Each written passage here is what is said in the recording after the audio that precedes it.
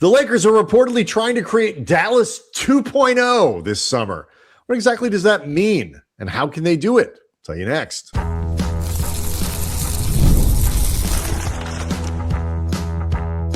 You are Locked On Lakers, your daily Los Angeles Lakers podcast, part of the Locked On Podcast Network, your team every day. Thanks to everybody for making Locked On Lakers first listen of every day, Monday through Friday, sometimes on weekends, even on holidays, and now more than once a day. No matter how you're getting your podcasts, that's Spotify, Apple, maybe you're one of the 37,000 subscribers to the Locked On Lakers YouTube channel. No matter how you're doing it, you're part of making the Locked On Podcast Network the number one sports podcast network in this or any other. Sorry, Andy's been waiting to punch the whole time. The sports podcast network in this or any other known universe. Brian Kamenetzky, Andy Kamenetzky, who covered the Lakers for nearly 20 years for ESPN, for The Athletic, for the LA Times.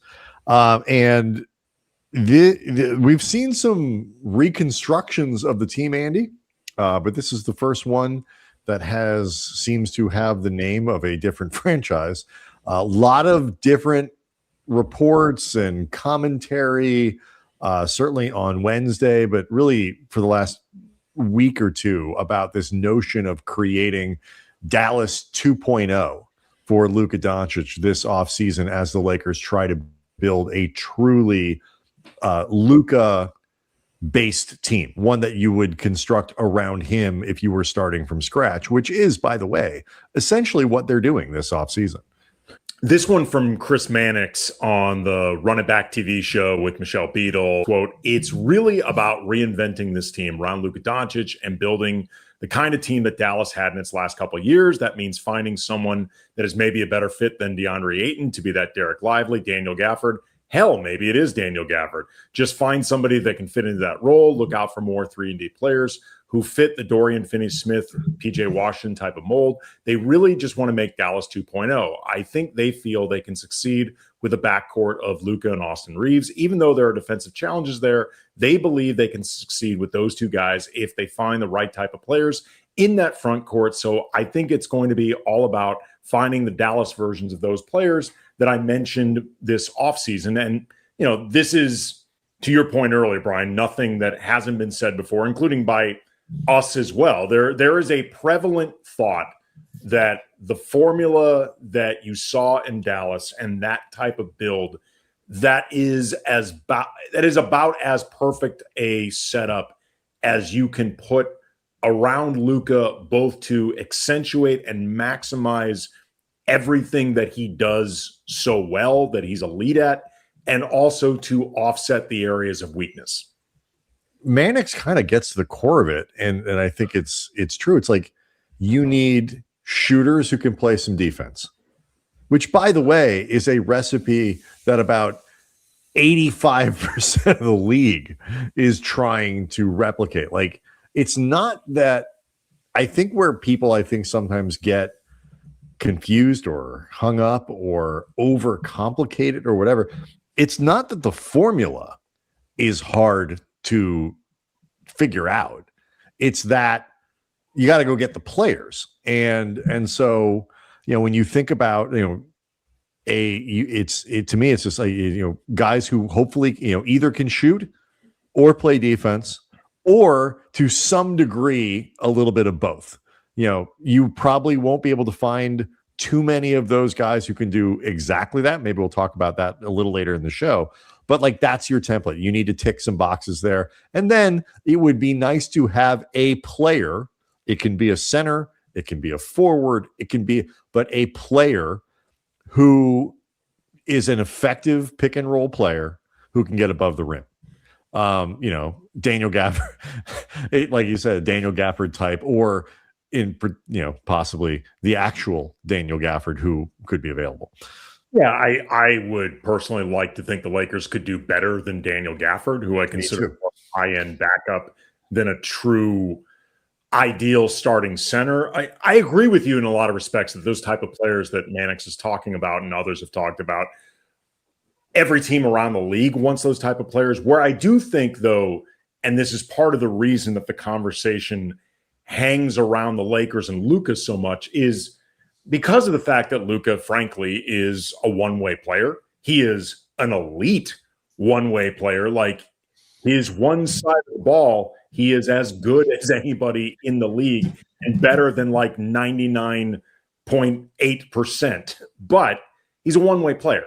So in building around him, those attributes might be more necessary than, say, if you're building around Shea, for example, who is more of a two. Like, Shea needs, don't get me wrong, Shea needs help in the same way every player needs help. Every superstar needs help. Sure. But Shea brings more defense himself and requires less protection on the Thunder. He happens to get a lot of protection just because they got so many effing good defenders over there, but he doesn't necessarily require it the same way. And just really quick, does not require the same type of protection. Jason Tatum does not require the same degree of protection. Yeah. That's why this lingers around Luka and the Lakers so much. And I think, and we've mentioned this, like, Luka can be a better defender than he gets credit for. And, I think oftentimes, you break it down, the numbers when he's being targeted, all these, they're actually not, it's not that they're always that bad. I mean, he's not you can get by him off the dribble, but he's very long and he often takes good angles and he can recover a little bit and all that kind of stuff. When he's engaged defensively, he's fine. Pelicans game, for example, I thought he actually played pretty good defense in that game. And you would agree with me too. Like, when Luka, a fine Luka, like, he's fine. Given what he does offensively, it's like light years elite player. You don't need to be prime Michael Jordan defensively. Right. He just needs to either be up to the level of fine for the most part, or, like we were talking about, with enough protection around him that it matters less. The other part that I think is critical to remember, though, is like the protection also comes is necessary because of the style that he plays offensively, where his usage and his, the effort of those minutes tends to be higher because, he's doing so much stuff. Like, when the Pelicans were running him off of screens and switching onto him, making him work that way, trying to chase a little bit and whatever, it saps some of his. So, like, he's doing a little bit more than some of those other offensive stars are, which means that when he has to put out that effort defensively, it hurts him on the other end. But after the break, let's talk a little bit about kind of the how here, because that to me is the bigger crux of the issue, and the part that sometimes almost even, I don't want to say gets overlooked, but maybe gets underplayed. Do it next. Locked On Lakers brought to you by 5 Hour Energy Drink. Welcome to the 5 Hour Energy Flavor Draft. We are looking at every aspect of the draft to let you know which flavors are the best, which ones might be sleepers. The board's set, the flavors are ready. Only one can take the top spot. 5 Hour Energy has a wide variety of flavors, something for everyone, with the zero sugar boost that you love. I am drafting peach mango. It's got a ripe peach flavor on the first sip, with the mango adding some tropical depth and sweetness. It's slightly richer than a citrus, but it is really a nice balanced blend. You can add a little lime to it, get a little Frank Ocean vibe, mango, peaches, and lime, sweet life. I'm open, by the way. I am open, still watching film, on watermelon and blue raspberry. Find your favorite new flavor of 5 Hour Energy shots, available online at 5hourenergy.com or Amazon. Locked On Lakers also brought to you by Gametime. There's nothing like being in the arena, whether you're talking NBA games or any other event. It's the crowd, it's the energy, it's the moment. Getting tickets can be a problem, and this has not always been so simple, but it is simple now. That's why Gametime. It's become the go-to app for scoring tickets fast without the hassle. It puts the advantage back where it belongs with the fans. And one thing that I think is really cool about Gametime is it's not like just your local market. Anywhere you go, you can go and find a game. It makes adds a really fun and special thing to, let's say, like spring break vacations or summer vacations. You can go see a game in another stadium, in another arena. I took my kids to a game in Montreal to watch a MLS game. They're big soccer fans. We watched an MLS game in Montreal, got the tickets on Gametime, could see the all-in pricing up front. I could see the seats that we were going to sit at particularly useful when you're going to out of town games. We've done this in Colorado. We've done it in St. Louis. We've did it in Vancouver. So it's super fun. You can take the guesswork out of buying NBA tickets with Gametime. Download the Gametime app, create an account, use the code Locked On for $20 off your first purchase. That's code LOCKEDON for $20 off. Download the Gametime app today. And remember, it's gametime.co, not .com. Locked On Lakers is brought to you by TurboTax. It is tax time, but for a lot of us, the old way of doing taxes is a lot. Trying to book an appointment, that's not the most convenient. And sitting in a waiting room with a stack of papers, emailing back and forth, wondering if they really get your situation. But this year, you're getting a major upgrade. Intuit TurboTax now has in-person locations nationwide. You can meet face-to-face with a real tax expert, and your documents get uploaded straight to your TurboTax app on the spot. Just like that, you're done. Your TurboTax expert works to get you every dollar you deserve while you get real-time notifications so you can go about your day. It's the relief of walking in, meeting a real person, walking out, knowing your taxes are being handled right. Head to turbotax.com/local to find a store near you and book your appointment. It is easy to get too literal with some of the stuff. Do you have to get a DFS? Like you have to get, is AR an exact comp for Jalen Brunson or, Kyrie Irving? Like, they don't have to be exactly the same guy, but ballpark, the protections that you basically need for Luka and Kyrie are not dissimilar from the protections that you need for Luka and Austin Reeves. Mm-hmm. You're in the same ballpark. You don't need to literally get Derek Lively. You can find other ways to sort of make the pieces come together. The bigger question is just going to be how, because like I said in the first segment, everybody wants as much of floor spacing guys who can play defense as you can find. So trying to get them with the budget that they have, which is big but not infinite, and relatively limited trade assets, is not going to be easy. It's a trick. Well, this also too, when people talk about the Dallas model, the part of this that I think gets continually overlooked, for all of the focus on the impact of the trades for PJ Washington and Daniel Gafford that midseason when Dallas ended up going to the finals, and Washington and Gafford made a big difference. There's no question about that. The foundation actually started, and I think was sort of cinched, with Derek Jones Jr. being signed for a veteran's minimum. That is one of the best veteran minimum signings, I think, of the last 5 to 10 years. Like, it is up there in terms of impact, specific for a team's need, exceeding the value of the contract, exceeding all expectations. And again, tailoring to your superstar and your second star's needs. Derek Jones Jr. was an absolute home run. Also, Derek Lively being able to play right away on a rookie scale deal that, it should be remembered, Dallas tanked their way out of the play-in that previous season in order to make sure that they kept that lottery pick that eventually turned into Derek Lively. We have seen with the Lakers, they have hit on veterans minimum contracts a few times, but they've also missed on many just because it's hard to do in general.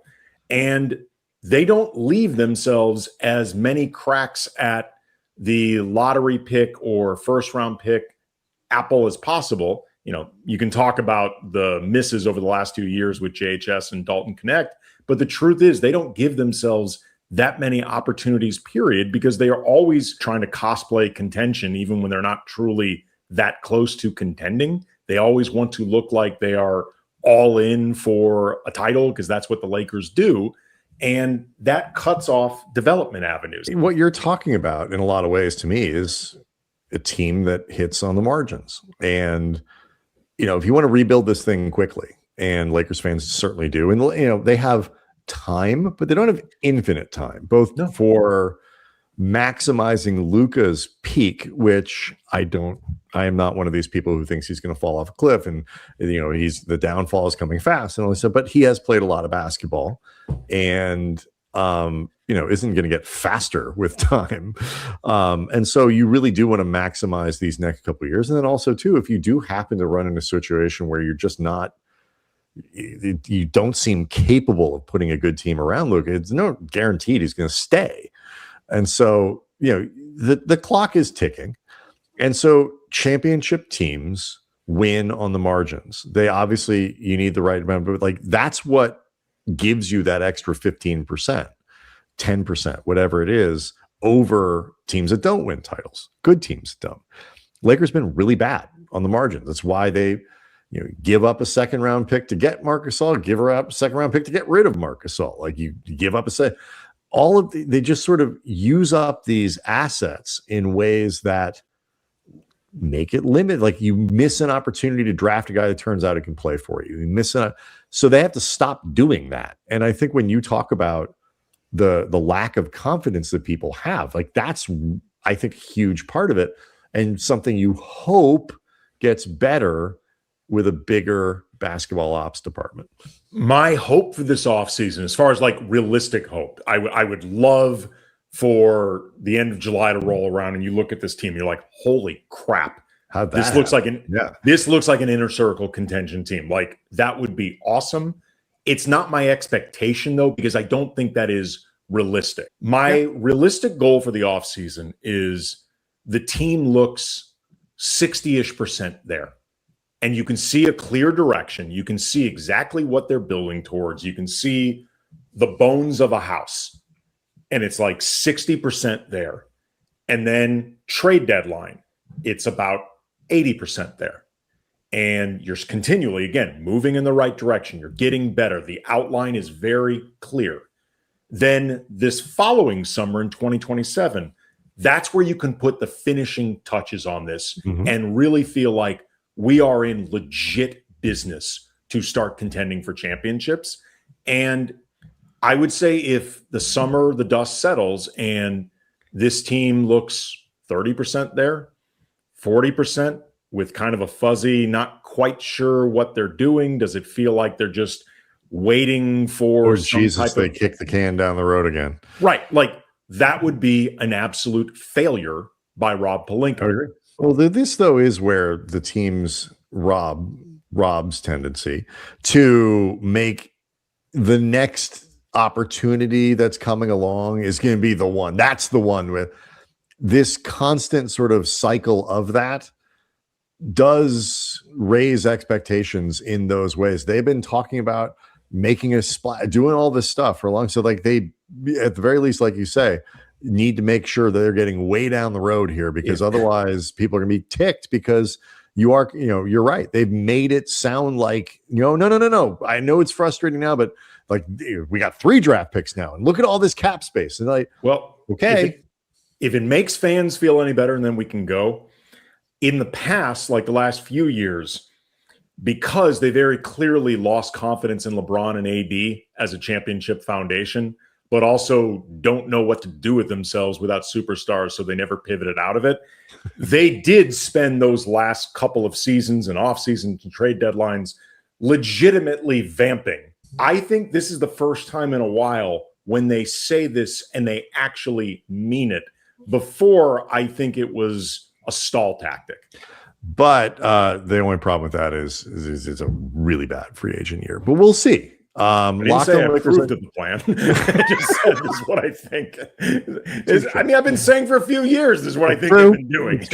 It's true.